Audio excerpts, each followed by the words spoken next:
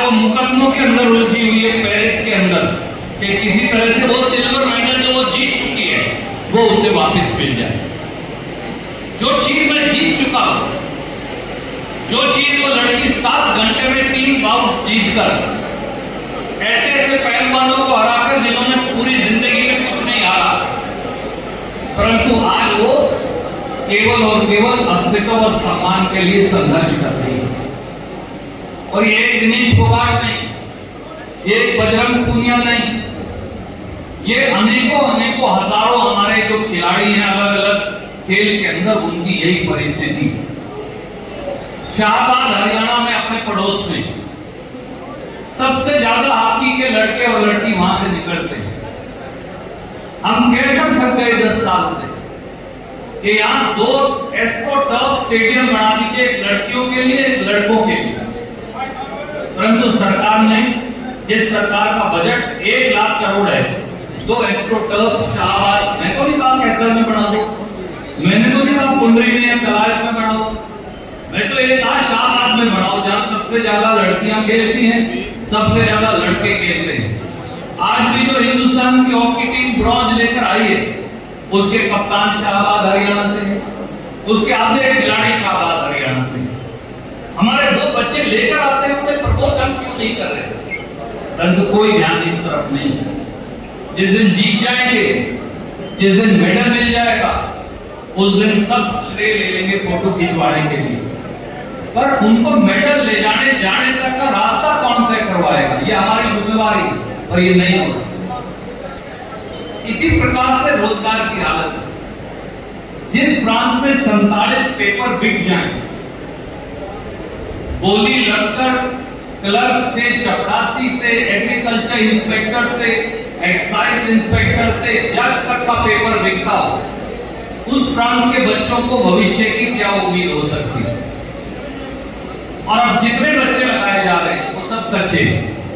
आप मुझे बताओ, कॉलेज का लेक्चरर कभी कौशल विकास निगम से लगता है? वो तो 6 महीने में फिर हट जाएगा। फिर वो बच्चा कहां जाएगा, वो लड़की या लड़का कहां जाएगा?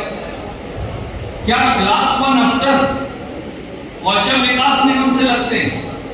एक बार तो आपने खाना पूर्ति के लिए दिखा देना तो लग गया, 8 महीने के बाद वो बच्चा वापस सड़क पर। तो कौन तो उन बच्चों को पढ़ाएगा? क्या वो बच्चा पढ़ा पाएगा? और उसकी नौकरी पक्की हो नहीं सकती। जब उसकी नौकरी पक्की नहीं हो सकती, बच्चे की शादी हो जाएगी, बिटिया की शादी हो जाएगी, बाद में नौकरियां बर्बाद हो जाती। इस सरकार की पिछले 10 साल में सब वो नौकरियां कोर्ट के अंदर चली गई, क्योंकि हर बार कोई ना कोई कमी छोड़ देते। मैं एक छोटा सा उदाहरण बताता हूं। हमने बहुत समझाया, आप बच्चों को सोशो इकोनॉमिक के अलग से नंबर नहीं दे सकते। ना मनोहर लाल खट्टर जी ने मानी, ना नायब सैनी जी ने मानी। बच्चे तो कोर्ट जाने चले, ये जी इसे मिल रहे, मुझे मिल नहीं रहे। हम थोड़ी रोक सकते हैं बच्चों को। आखिर में सोशो इकोनॉमिक खारिज हो गए। अब 45,000 बच्चों की नौकरियों पर तलवार टंगी हुई है, जो नंबर लेकर भर्ती हुए हैं कि वो हटेंगे रहेंगे। कोर्ट ने कह दिया हटा दो। अब वो वकीलों को पैसे देके दंड भाग गए। उसके बाद जो मौजूदा मुख्यमंत्री हैं नायब से, उन्होंने घोषणा कर दी, नाम तो सुप्रीम कोर्ट जाएंगे, सबको सोशो इकोनॉमिक के नंबर दिलवाएंगे। बहुत अच्छी बात है। अब उन्होंने अपील कर दी, हरियाणा के सोशो इकोनॉमिक के नंबर मिलने चाहिए, वो सुप्रीम कोर्ट में इस समय पेंडिंग है। अब जो रिजल्ट निकाले उसमें सोशो इकोनॉमिक के नंबर काट दिए। अगर तुम्हारी अपील मंजूर होगी हरियाणा की, तो ये बच्चे जो बगैर सोशो इकोनॉमिक के लगे हैं ये हट जाएंगे। देखो ना बच्चों से खेल क्या करते हैं। पहले तो सोशो इकोनॉमिक दे दिए, जब हमने कहा भाई ना दो, ये बाढ़ हट जाए, उनको सबको दे दिए। 50,000 बच्चा आज नौकरी बर्खास्तगी की कगार पर खड़ा, 2-2, 3-3 साल नौकरी करते। अब बोले ना हम तो देवा ने अपील कर दी। जब अपील कर दी सरकार ने खुद ने और मुख्यमंत्री ने, इस बगैर सोशो इकोनॉमिक के लगा रहा, अगर तेरी अपील मंजूर होगी कल फिर ये हटेंगे। भाई तुम कर क्या रहे हो यार? किसी को कुछ समझ नहीं आ रहा। अब कह दिया बैकवर्ड क्लास ए और बी को अगर उनका सर्टिफिकेट 2 साल से ज्यादा पुराना है, उनको नौकरी नहीं लगाएंगे। 10,000 बच्चा कोर्ट जा चुका पिछले 15 दिन में, 10,000 हमने भेजे नहीं।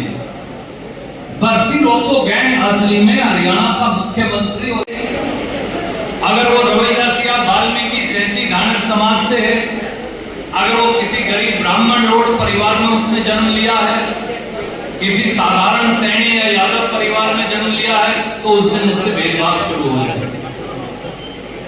और अगर वो गलती से पास कर भी ले तो अगला भेदभाव शुरू होता है जब वो कॉलेज से निकलकर जिंदगी के अंदर जाता है।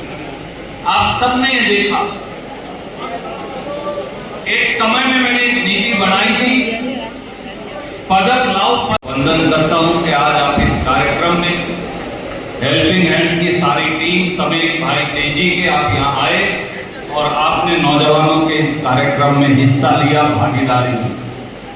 कैथल से, कुंडरी से, कलायत से, नरवाना उचाना से, कुरुक्षेत्र से, करनाल से, पूरे प्रांत से जो चुनिंदा साथी आए, मैं उनका भी बहुत बहुत स्वागत करता हूं।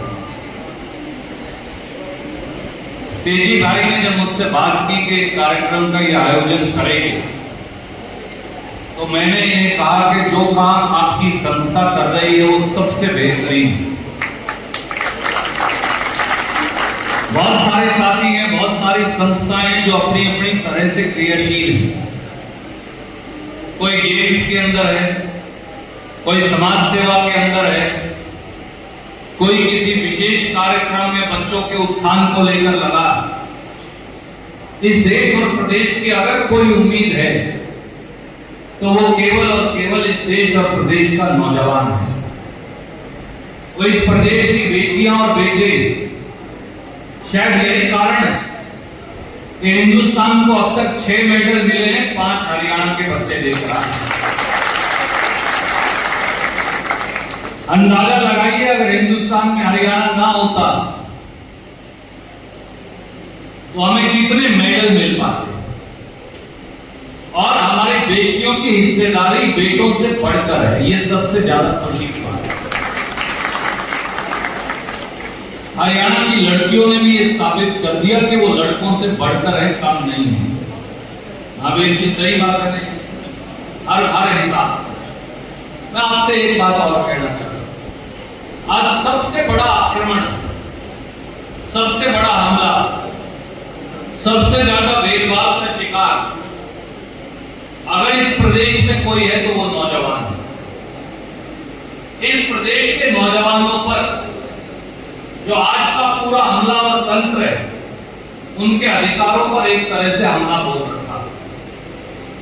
और ये हमला उस दिन शुरू हो जाता है जिस दिन हम शिक्षा के जगत के अंदर शामिल हो जाते हैं। आपने चारों तरफ नजर दौड़ाकर देखी, कितने ऐसे सरकारी स्कूल हरियाणा के अंदर हैं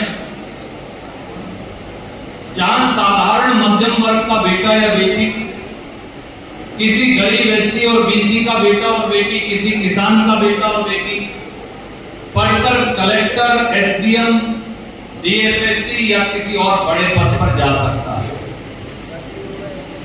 सच्चाई है कि पिछले 10 साल के अंदर 5,500 स्कूलों पर ताला लगा दिया। सच्चाई ये भी है कि हरियाणा हिंदुस्तान का अकेला ऐसा प्रांत है जहां 75,000 मास्टर ही गायब है, यानी 75,000 मास्टर हैं ही नहीं। ऐसे लगभग 1,500 स्कूल हैं जिनमें एक भी मास्टर नहीं। ऐसे लगभग 2,500 स्कूल हैं जिनमें सारे विषयों के हिसाब, अंग्रेजी, हिंदी, संस्कृत, सामाजिक विज्ञान, उसमें भी केमिस्ट्री, फिजिक्स एक ही अध्यापक है। अब वो तो जिस विषय का अध्यापक है वो पढ़ाएगा, तो गरीब का बच्चा कहां जाए, मध्यम वर्ग, किसान और एससी बीसी का बच्चा कहां जाए। ये भेदभाव इस प्रांत में उस दिन चालू हो जाता है जिस दिन बच्चा जन्म लेता है। जो आदमी अपने बच्चे को प्राइवेट स्कूल में नहीं पढ़ा सकता, उसके बच्चे के लिए भविष्य नहीं है। इसलिए कि हरियाणा के सरकारी स्कूलों में अध्यापक ना लगाकर, शिक्षा का स्तर गिराकर, एक तरह से हमें ऐसे दुराए पर लाकर खड़ा कर दिया कि गरीब का बच्चा केवल चपरासी, मजदूर और लेबर बनेगा, वो कभी IAS IPS बनकर इस हरियाणा का संचालन नहीं कर सकता। ये लड़कियों की शिक्षा के बारे में भी है, लड़कों की। एक और भेदभाव होने लगा, वो क्या है?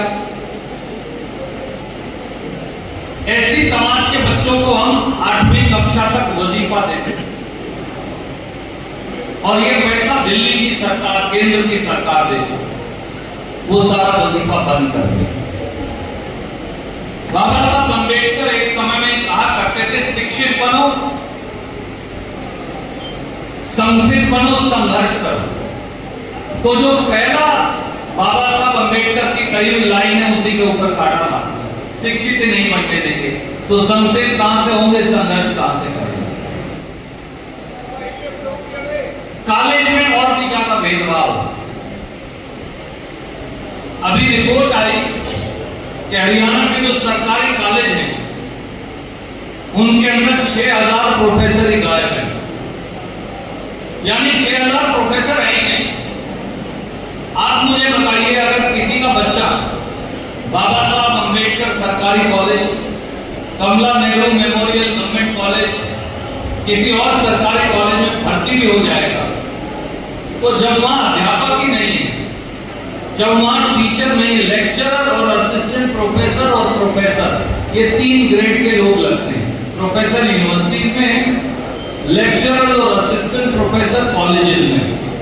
ये वो बच्चे हैं जो नेट पास हैं, जो PhD पास हैं, जिन्हें तजर्बा है, जो हरियाणा पब्लिक सर्विस कमीशन से लगे हैं, और ये बच्चे एक एक विषय अच्छे से पढ़ा सकते हैं। ये क्या करने लगे, बहुत सारे